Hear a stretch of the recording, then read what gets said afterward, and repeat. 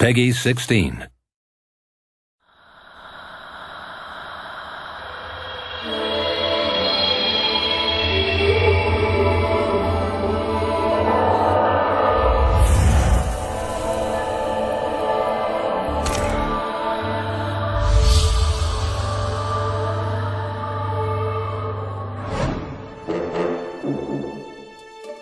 The way that Ninja Theory have reinvented the Legend of Monkey is kind of, for me, quite exciting in that it's using a lot of modern technology. It's set in a post-apocalyptic world.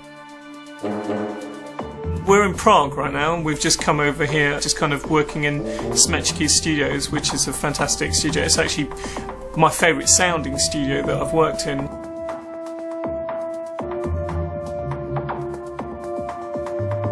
There's a lot to get into because you can get into emotions and you can get into action and you can get into a lot of sadness and tragedy as well. So it's got all of those elements that you want as a composer to get very dramatic and very full on with orchestration.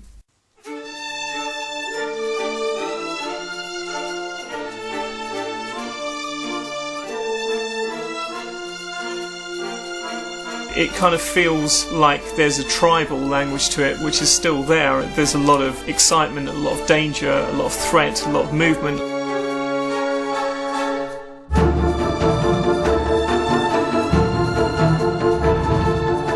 Because of what's going on with Monkey, you have this sense of movement towards an inevitable conclusion.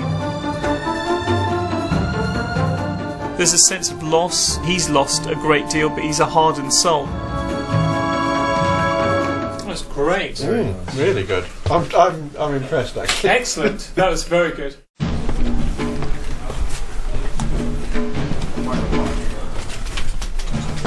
All right. Yeah.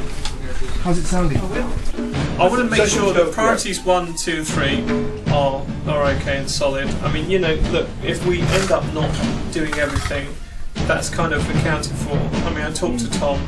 I think for me, you know, it's I really enjoy the way in which Monkey and Trip travel. I mean, they just have fantastic movement between them. It's very flowing, and I think it's trying to get that sense of constant flow and momentum into the music, which actually drives a lot of the orchestration as well, and the way in which I'm trying to make the music work, I suppose, to give you a sense that you constantly infuse with energy. You know, when you're playing the game, that it never lets up in terms of that energy, and I think that's what's exciting about it. It just stays, it just drives all the way through very strongly.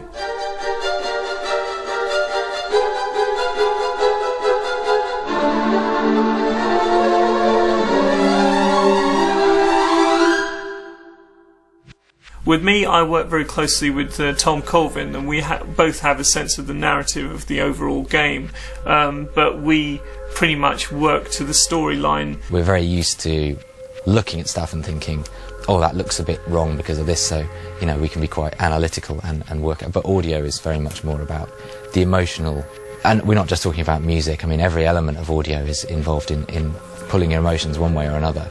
The sound effects are probably the largest job for us in the sound department. Everything has to be made from the bottom up. Every leaf moving, every bird, every creature that you see in the background.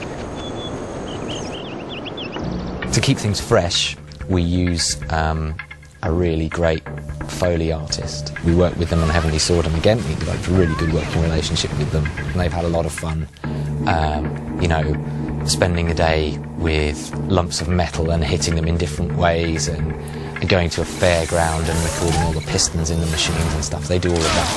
I think the most important thing for us was for it to be visceral and exciting,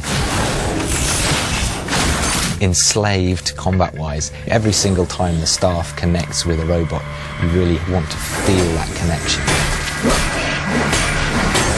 I mean, another thing was just getting under the skin of all the different robot characters. The Sea Dog, for example, I think we went through many different trial versions to get that sort of really nice, grinding, threatening sound as he's moving. Get back inside. You're gonna have to fight it.